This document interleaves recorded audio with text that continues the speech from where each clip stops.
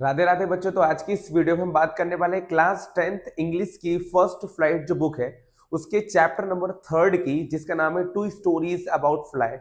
तो प्यारे बच्चों, आपको इस वीडियो के मैं सेकंड पार्ट के बारे में बताने वाला हूं, जिसका नाम है द ब्लैक एरोप्लेन। इसका फर्स्ट पार्ट जो है, हिज फर्स्ट फ्लाइट, वो मैंने पहले ही अपलोड कर दिया है। आप आई बटन पे क्लिक करके उस वीडियो को अभी देख सकते हो। उसके अंदर बहुत इंपॉर्टेंट क्वेश्चन मैंने आपको दिए हुए हैं।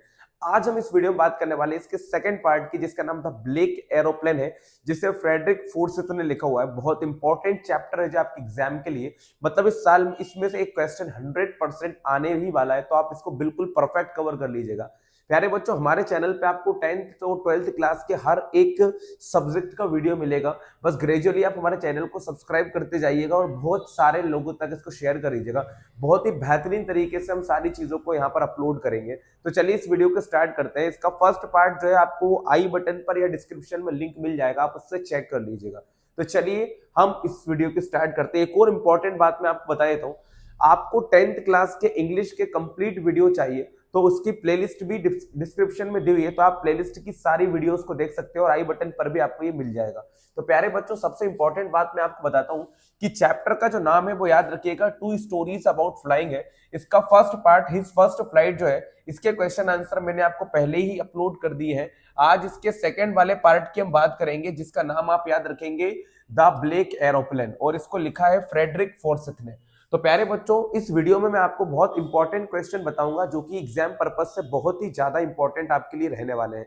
तो सबसे इंपॉर्टेंट बात आपको ये याद रखनी है कि चैप्टर जो है उसका नाम है द ब्लैक एरोप्लेन और इसे फ्रेडरिक फोर्सिथ में लिखा हुआ है। ठीक है। तो प्यारे बच्चों, इस कहानी के अंदर जो नरेटर होता है, नरेटर मतलब कि हम आई वाले वर्ड की याद प्रोनाउन की बात करेंगे, वो होता है एक पायलट। ठीक है। तो याद रखिएगा, एक पायलट होता है जो कि एक एरोप्लेन को फ्लाइंग कर रहा था, मतलब कि उड़ा रहा था। तो प्यारे बच्चों, इसका जो एरोप्लेन है वो एक स्टॉर्म मतलब कि तूफान के अंदर फंस जाता है आसमान में, और बाद में जब इसका एरोप्लेन उस स्टॉर्म के अंदर बहुत स्ट्रॉन्ग विंड के अंदर फंस जाता है, तो अचानक से सडनली इसको एक अनदर एरोप्लेन दिखाई देता है। उसी अनदर एरोप्लेन को इस चैप्टर के अंदर द ब्लैक एरोप्लेन कहा गया है। और जब इसके पास कोई भी सहारा नहीं होता, जब सारे कंपास और रेडियो जो है और सारे इंस्ट्रूमेंट एरोप्लेन का काम करना बंद कर देते हैं, तो भाई ये उसी एरोप्लेन को, मतलब कि द ब्लैक एरोप्लेन को एक ओबीडिएंट चाइल्ड की तरह फॉलो करता है, और फाइनली ये इसको एक रनवे दिखाई देता है और ये अपने एरोप्लेन को लैंड कराता है और कंट्रोल सेंटर में जाता है। वहां पे जो वुमेन होती है उससे बात करता है कि मैं उस एरोप्लेन के पायलट को थैंक यू कहना चाहता हूँ जिसने मेरी हेल्प की और मुझे बचाया है। बट वो पूरी तरीके से सरप्राइज हो जाती है, शॉक हो जाती है कि जो पायलट है वो किस अनदर पायलट की बात कर रहा है, वो तो जानती भी नहीं थी। स्टोरी को हम पूरे अपलोड करेंगे हमारे चैनल पे, लेकिन इस वीडियो में हम बहुत ही इंपॉर्टेंट क्वेश्चन की बात कर रहे हैं। तो प्यारे बच्चों, सबसे इंपॉर्टेंट क्वेश्चन यही रहेगा, I will take the risk, what is the risk, why does the narrator take it. Question में आपसे पूछा है कि I will take the risk, एक स्टेटमेंट आपको दे रखा है, I will take the risk. Narrator कहता है कि मैं रिस्क लूंगा, I will take the risk. अब वो किस प्रकार के रिस्क की बात कर रहा है, व्हाट इज द रिस्क, कौन से रिस्क की वो बात कर रहा है, हमको यहां बताना है। व्हाट इज द रिस्क, किस रिस्क की वो बात कर रहा है। Why does the narrator take it, और नरेटर रिस्क क्यों लेना चाहता है, हमको ये भी इसमें बताना है। फिर से रिपीट करूंगा मैं, I will take the risk, मैं रिस्क लूंगा। व्हाट इज द रिस्क, क्या रिस्क लेना है नरेटर को। Why does he want to take risk, और नरेटर रिस्क क्यों लेना चाहता है। तो प्यारे बच्चों, मैं आपको बता देता हूँ, नरेटर एक स्टॉर्म में फंस जाएगा।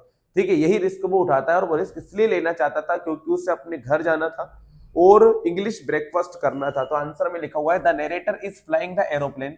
नरेटर एक एरोप्लेन को क्या कर रहा था, उड़ा रहा था, है ना। Narrator is flying the aeroplane, भाई जो नरेटर है वो एक एरोप्लेन को उड़ा रहा है इनटू द स्टॉर्म, मतलब कि तूफान के अंदर, तभी वो रिस्क लेता है। Then he takes the risk, तभी वो रिस्क लेता है क्योंकि because he wants to go home, क्योंकि उसे कहाँ जाना है, घर जाना है, एंड हैव ब्रेकफास्ट, और घर जाकर क्या करना है, ब्रेकफास्ट करना है। तो प्यारे बच्चों, रिपीट करूंगा मैं, I will take the risk, what is the risk, why does the narrator take it. The narrator is flying the aeroplane into the storm, जो नरेटर है वो तूफान के अंदर एरोप्लेन को उड़ा रहा है। Then he takes the risk, तभी वो रिस्क लेता है।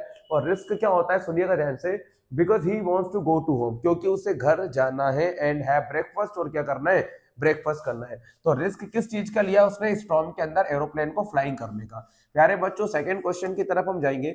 Describe the narrator's experience as he flew the aeroplane into the storm. Question में पूछा है कि जो नरेटर स्टॉर्म मतलब कि तूफान के अंदर एरोप्लेन को फ्लाइंग कर रहा था, फ्लाइंग मतलब कि उड़ा रहा था, तो उसने क्या एक्सपीरियंस किया, एक्सपीरियंस मतलब कि क्या अनुभव किया। तो प्यारे बच्चों इसका मतलब समझिएगा एक बार फिर से। Describe the narrator's experience, narrator मतलब कि उसी पायलट की बात कर रहे हैं, ठीक है।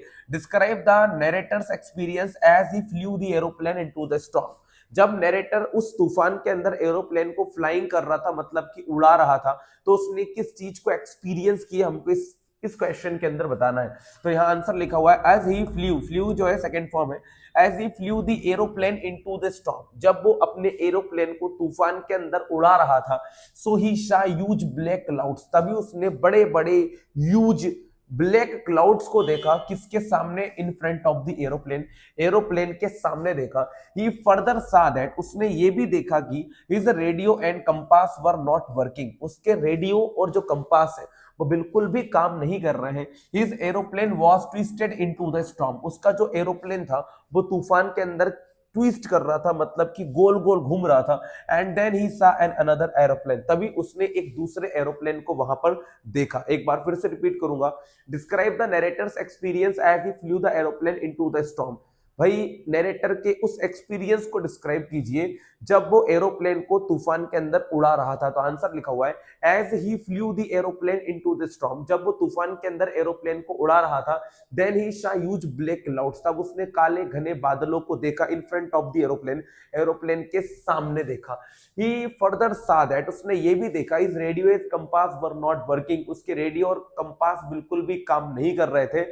Then his aeroplane was twisted into the storm, उसका जो एरोप्लेन था वो तूफान के अंदर ट्विस्ट कर रहा था, गोल गोल घूम रहा था।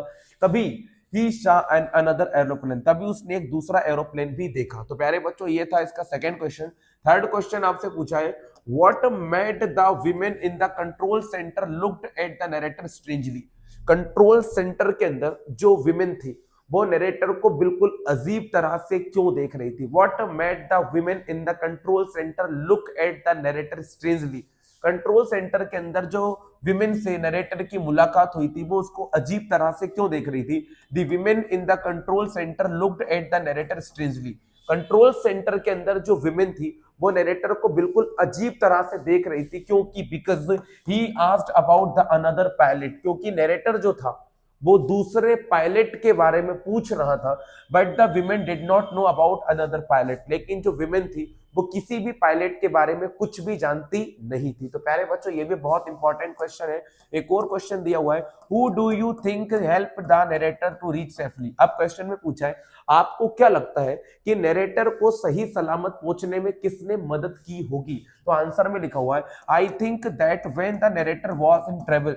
भाई इसका मतलब है कि जब नरेटर ट्रबल, ट्रबल मतलब कि मुसीबत में था। I think that when the narrator was in trouble, जब नरेटर मुसीबत में था, सो ही प्रेड टू गॉड, तो उसने भगवान से प्रे की होगी। एंड गॉड हेल्प्ड हिम, और भगवान ने ही उसकी मदद की होगी। एंड सेव्ड हिम, और भगवान ने ही उसे क्या किया होगा, बचाया होगा। तो प्यारे बच्चों इस चैप्टर के ये जो 4 क्वेश्चन मैंने आपके सामने अभी रखे हुए हैं ये बहुत ही ज्यादा इंपॉर्टेंट क्वेश्चन है, और अगर आप इनको कवर कर लेते हो तो आई मैं श्योरिटी के साथ कहता हूं आपके एग्जाम में बिल्कुल भी कम नंबर नहीं आने वाले हैं, क्योंकि हर एक चैप्टर के क्वेश्चन आंसर हमारे चैनल पे आपको मिल जाएंगे। और अगर आप उनको कवर करके जाते हो तो बिल्कुल श्योरिटी से विश्वास रखिएगा आपके फुल मार्क्स आने वाले एग्जाम में। और ग्रामर भी पढ़ना है तो आपको उसका भी वीडियो मिलेगा। Unseen passage, section A, section B, section C, section D, हर एक चीज यहाँ पे कवर कराई जाएगी। प्लेलिस्ट बना रखी है अलग 10th क्लास की इंग्लिश की, उस पर जाइए, डिस्क्रिप्शन में चेक कर लीजिए, सबसे पहले आपको वही दिखाई देगी। और अगर ये वीडियो आपको अच्छा लगे तो प्लीज आप इस वीडियो को लाइक कीजिएगा और चैनल को सब्सक्राइब जरूर कीजिएगा, और जितना ज्यादा हो सके इसे शेयर कीजिएगा। Thanks for watching this.